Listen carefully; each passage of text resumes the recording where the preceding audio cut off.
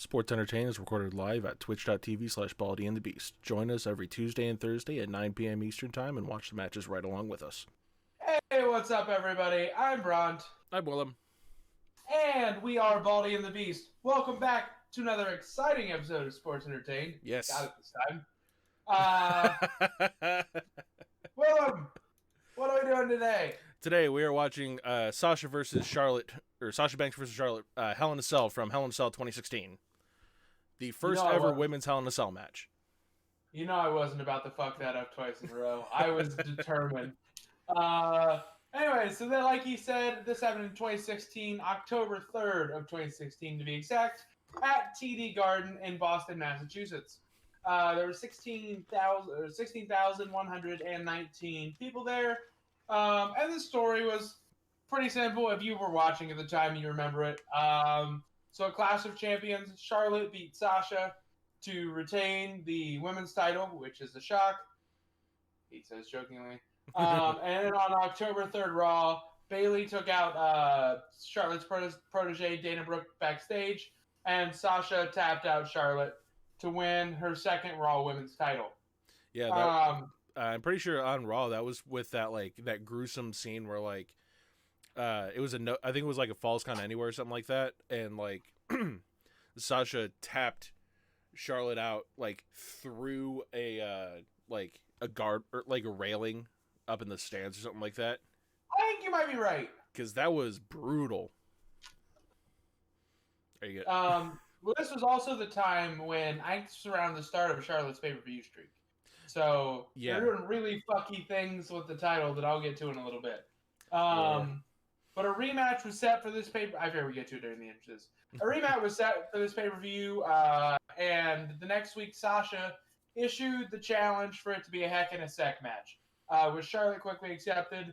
And then the next week, that was confirmed by Raw GM Mick Foley, making this the first ever women's Hell in a Cell match. Yep. So that not a whole lot of story behind it. This kind of plays into the grander story of Charlotte is great at pay-per-views but loses the title on Raw all the time. Yeah. Well, it also kind of this story also kind of played into the fact that Sasha's shit at defending the title, because I think they hot potatoed the title 4 or 5 times. This is what really kind of racked up both Charlotte and Sasha's number of women's title reigns. Yep. I feel like they did that totally purposely, though. Yeah. They were trying to give the women's brand a lot of legitimacy very quickly by making it she's a 5-time women's champion. But let's not talk about the fact those will happen in the last 5 months because we've been hot potatoing the belt. Or they're trying to give Charlotte way more title reigns so that she can be like her dad. And a cool pay-per-view streak. Which the pay-per-view streak would have been way better if she wasn't constantly losing on Raw. Yeah. But well, I mean, I feel like the pay-per-view streak kind of came out of nowhere, because in the same way that Undertaker's win streak kind of came out of nowhere, because they just kind of realized at one point, they probably also just kind of realized at one point, oh hey, Charlotte's not lost on pay-per-view in a hot second. Yeah.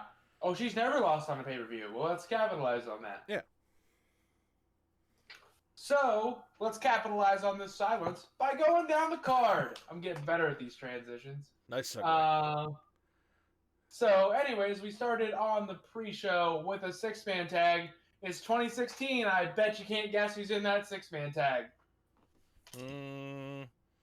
Go for it. I'm shit at remembering. It's the Cruiserweights. Oh, yeah. Awful. They're always in a 6-man tag before the pay-per-view. Dog shit. This time it was Cedric Alexander, Lince Dorado, and Sin Cara defeating Tony Nese, Drew Gulak, and Arya Daivari. Next up, we opened the show pretty hot. I'd say Roman and Rusev in a Hell in a Cell match for the U.S. title. That's a damn good opener. Yeah. Also, as I brought up before, features a spot where Rusev had Roman in the Accolade with the assistance of a steel chain, and Roman still powered his way out. Way to bury Rusev. Yeah. Oh well. Well, The build up for I don't know what to say. That just kind of made me sad. That's why I'm skipping on. I'm not trying to ignore you, but I was like, yeah, you're right. Like, why did you do that? You're bringing down the show. Yeah. Anyways, back into the build up. Bailey and Dana Brooke had a match, probably in conjunction with what happened a few weeks before this pay per view. Mm-hmm. Next up, we have Gallows and Anderson versus Enzo and Cass. At this point in 2021, I can't ever imagine Gallows and Anderson being in the dub on promos alone. Yeah. I can't imagine at this point. It's just in my mind, they were just never there anymore because all they do is talk about smoking weed and wieners, and I think it's hilarious. Well, because if you remember, like, they debuted in the dub during the year that this pay-per-view happened. Same thing with AJ, and they tried to immediately like pair them together, and then they like weren't together for some fucking reason. Like, they were just kind of like they existed around each other, but they weren't together. And if I remember right, there was a weird thing I think at SummerSlam that year where they had like, they were doctors and they had balls in jars and they were with Dana Brooke for some reason. Yeah, I don't fucking know. The most frustrating thing about that is the obvious thing to do, which would have been the best thing, because sometimes the best thing is the obvious thing. Make him a 4-man, stick him with Balor, let that go for like 6 months to a year, depending on how hot it is, and then break it off and let Balor be the big breakout star out of that. Yeah. It's literally basic wrestling booking. Well, welcome to Sports Entertain, the show where we shit on wrestling logic from 5 years ago and then armchair book our way out of a hole. Listen, I'll shit on anything. I'll shit on logic from the day if you want me to. But moving on to the next thing.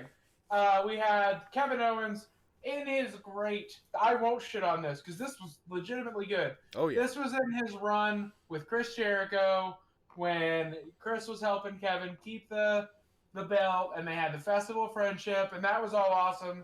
He wins a Hell in a Cell match here with help from Chris Jericho against Seth Rollins. This was followed up by the Cruiserweight title, which was on the main card.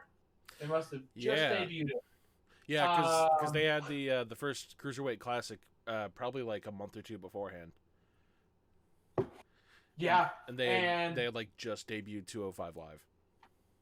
TJP won the Cruiserweight Classic, but lost the title here to Brian Kendrick when Kendrick tapped him out, which was a weird decision then, I remember thinking. And in hindsight, it was weird because they never really pushed Brian Kendrick at that level in 205 Live, at least as far as I'm aware. I don't know. Not winning the title. I vividly remember at this time trying so hard to like, because I had time. I vividly remember at this time trying to like watch everything, like trying to keep up with Raw and SmackDown and NXT and 205 Live and all that stuff. No wonder why you don't watch it anymore. You're still fucking burnt out. I vividly remember trying to watch it at the time, and it was just like, it doesn't make sense to me now. None of it made sense until like Neville came back, and then like heel Neville was fucking great. Awesome. Should have never lost the title to Enzo. No. Did the right person go over? No. No. But the greatest thing about that was, God, where was it? I don't think it was when he lost it to Enzo. It must have been he lost it to someone else. But he like lost the title and then came out looking like absolutely distraught. Like he hadn't showered, he didn't sleep. Like in the time between the pay-per-view and the show airing, he had just been out on a bender. Like he hadn't slept. He looked so out of it, and it was fantastic. Yeah, that's awesome. Yeah. No complaints there. Let me align myself a little better. I noticed I was out of alignment. Yeah. Anyways, next up on the card, we have The Bar, Sheamus and Cesaro defeating The New Day, which at this point was Big E and Xavier with the belts and Kofi managing. for the tag team titles. And our main event is the match we're going to watch. A Hell in a Cell match between Charlotte and Sasha. Oh, yeah. Which is the shortest Hell in a Cell match, but not by much. Like, literally less than 2 minutes separate the 3 matches. Yeah. So they're all given pretty equal time. The thing that I find super interesting about 2016, as far as wrestling goes, is... So 2016 is the year that I got back into wrestling. That I started, like, getting back in and watching weekly TV and, like, watching pay-per-views and stuff like that. And I didn't realize how much stuff happened in 2016. Because, like, I'm watching this and I'm like, oh, yeah, this is, like, the Bar formed. And they had the Cesaro and Sheamus Best of 7 series that started in this year that I remember watching from the beginning. I forgot that was this year. Yeah. And then, like, the Kevin Owens, like, Universal title win and that run. And then, like, Balor came up from NXT and debuted on the main roster. Like, and looked awesome. And looked amazing. And I remember hearing about Finn Balor for, like, months before I even started watching stuff. And then, like, I saw him debut on the main roster without actually knowing his history in NXT. Oh, okay. So, like, there was so much stuff that happened in 2016. 2016 feels like a gigantic year in wrestling but if you look back on it, it's like a lot of the booking was really kind of crap. So normal, but a lot of stuff happened. I think I got back into wrestling like maybe a year-ish before you. So we're about on the same get back into it point, which is weird. It's not like wrestling was fantastic at that point. We were like, I guess we like this again, but it's not good. No, you know what fucking did it? What Culture. Because, like, I remember seeing What Culture videos. They would always pop up in my YouTube feed, and I would watch that stuff. And then, like, it's the conspiracy marketing of all, like, Facebook and YouTube and stuff like that. Because, like, you watch one video, and then it recommends 2 videos. And then you go on Facebook, and it, like, recommends, like, a Sportskeeda article. Or it recommends, like, the Sportster or some shit like that. That's got, like, a top 10 whatever. And, like, it gets you interested in what you want to watch. And then you go and you watch the real, like, what's on TV. And it's not what you want.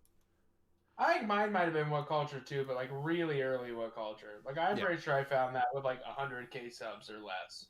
I wouldn't be surprised. They blew the fuck up.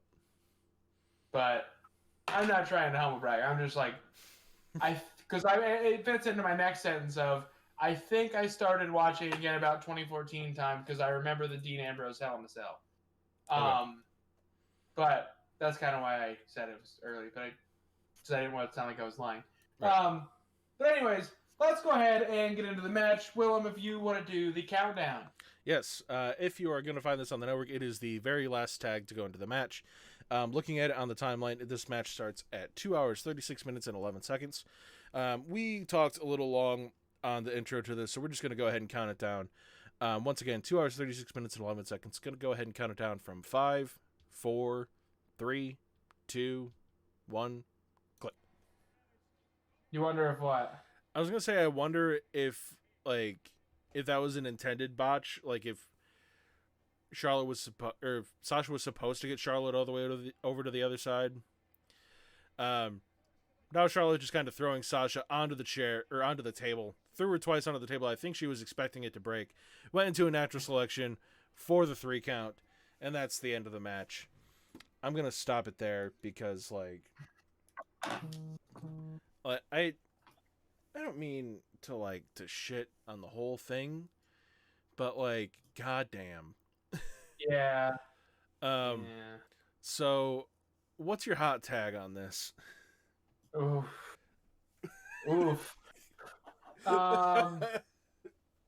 Started out too slow.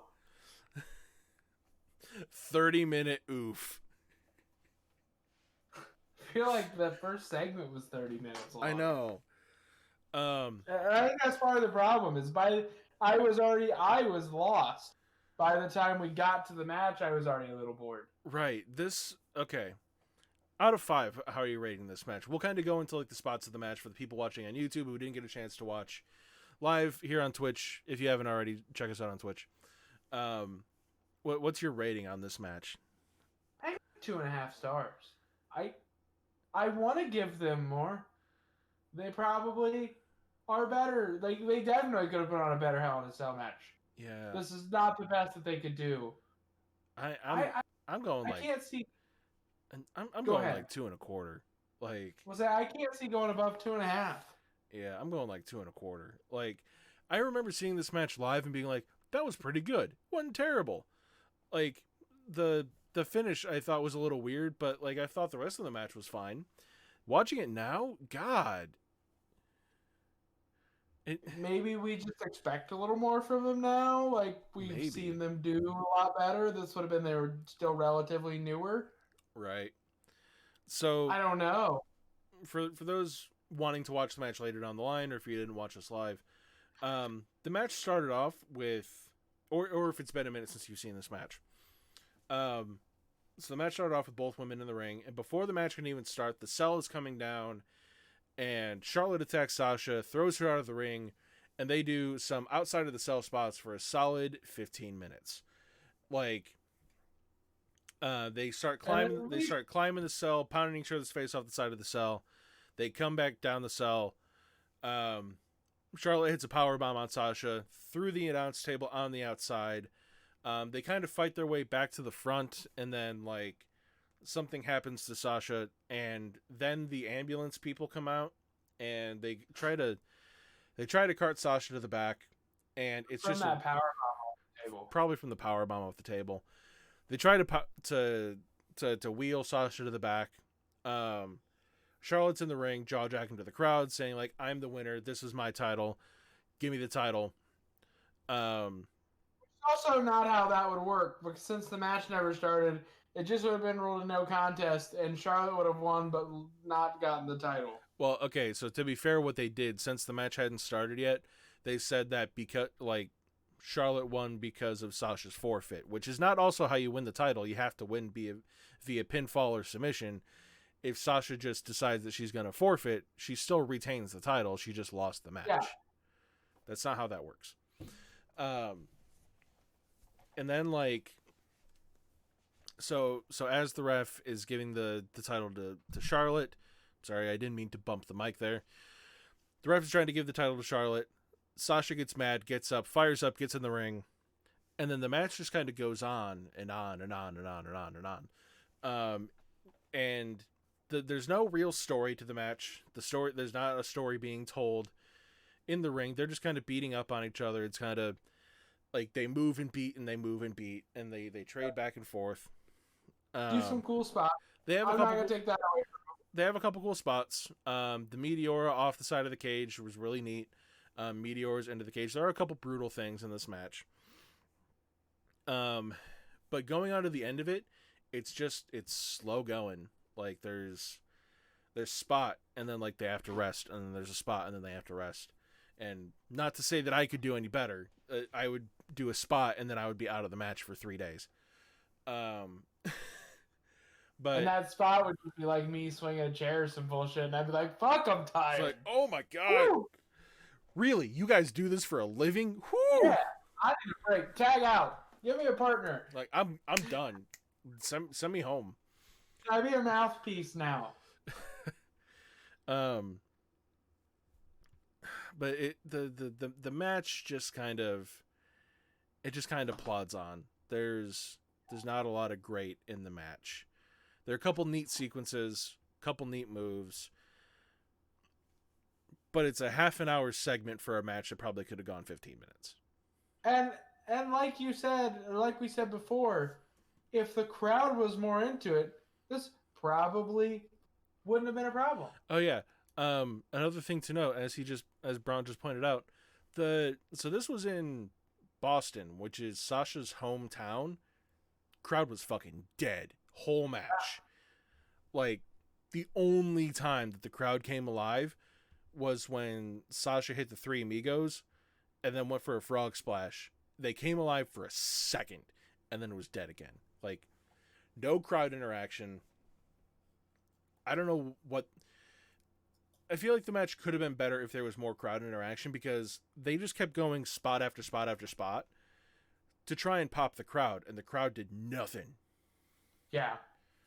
So I feel like half of the down part of this match is on the crowd, and the other half is on them not really understanding how to work their own main event match. Which is possible. I mean, it was their first time ever. Yep. So it is what it is. I'm not gonna take that away from them. Yeah, and since then there have been like this was kind of the prototypical main event match for the women, because after this they had like the women did finally eventually get on to main eventing Mania 2 years down the line. And it was really, really good. And it was really, really, really good. But yeah, them's my general feelings on this match that we watched this week. Would not recommend, really, honestly, if I'm being completely honest. Unless you're going through like watching all the big landmark moments, and then it was that. Yeah. It was a landmark moment. I won't take that away from them. Like, again, I think they were definitely capable of doing better. Mm-hmm. I think given the same amount of time today, it would be a much better match. Yeah. Yeah, but yeah. It depends on the booking, too. Because if they fuck around for 15 minutes before the match not doing anything again, it probably wouldn't be. Right. If they had just gotten into the match instead of doing stuff on the outside. Like, it felt like they were trying to recreate classic Hell in a Cell moments for the women, but they didn't, really. They tried to... I don't know what they were trying to do. You can't really... in wrestling, you can't really recreate a classic, but you do a callback to it. Mm-hmm. But unless Charlotte throws Sasha off the top through a table, I mean, you're not really recreating the moment. And I don't want Charlotte to throw Sasha off the top through a table. I don't really think anybody should probably ever be thrown off the top of that cell ever again. I kind of wonder what it would look like, honestly, because Sasha's a very small person. I feel like it'd be super easy to overshoot Sasha off the top of a cell. Yeah. Like, I feel like it'd be super easy if you're on top of the cell and you throw Sasha off to accidentally throw her all the way into the crowd. Yeah. That's probably why they didn't do it, if I'm being real. Because they climbed up the cell. They acted like they were going to do something from the top of the cell. And then they just kind of climbed back down because both of them were like, hey, I'm kind of light. I don't know if we can make it to the table. Yeah. I mean, it is too dangerous. Even if it was men. It's a spot that, man, probably should never be done again. I know they did it a couple years ago with Kevin Owens, and it was safer and Shane McMahon, because they had like a airbag under the table. Which I guess if you're taking all safety precautions, that's fine. But still, if you miss, somebody could die. Oh, yeah. 100%. 100%. So, I guess that's why Shane did it, though. Because if Shane dies during a match, it's not like Vince is going to sue Vince about Shane's death. Yeah, but Vince's wife, or Shane's wife, could sue Vince. Think she would, though? I bet you Probably. $1 that was Shane's idea. And it's probably on video somewhere, Shane saying, "This is my idea." Yeah. Anyway, we've thrown enough negativity into the air watching this match. What are we? Let's throw some positivity. Yeah. What are we watching on Thursday? Is it going to be a positive match, or am I going to shit on it again? I don't think there should be anything else that we shit on. Like, I really wanted this match to be good, and I remembered it being good, and then just like watching this, I don't know. Let's go ahead and do something that, if it's bad, I think we all remember it wrong. Yeah. Charlotte, and we'll give Charlotte a chance at redemption. Charlotte versus Becky at Evolution. Okay. So we're going to do that then. So we're going to go ahead and call it here for tonight, guys. Thank you, everybody, for coming out and watching. If you haven't already, go ahead and check us out in the description down below on the Facebook, the YouTube, the Twitter, all the places that we're at. Give us a like and subscribe if you haven't already. We greatly, greatly, greatly appreciate it. If you don't feel like looking at our beautiful faces, but you still want to listen to the show, go ahead and check us out on the audio-only podcast down in the description down below at Spotify or Anchor or any of the places they're at. Again, all of those links are down there. We will be back this Thursday for the hopefully the Charlotte redemption story for Charlotte versus Becky from Evolution 2018. I'm excited because I don't think I actually watched that match live. Oh, you didn't? I didn't. Actually, I don't think I've actually seen it, so I'm excited to see that match. I don't think I caught it live, but I remember catching it after. Yeah, I don't think I've seen it. So that's going to be a new match for me to watch. Thank you, everybody, for coming out tonight. We will see you then. Bye-bye. Bye.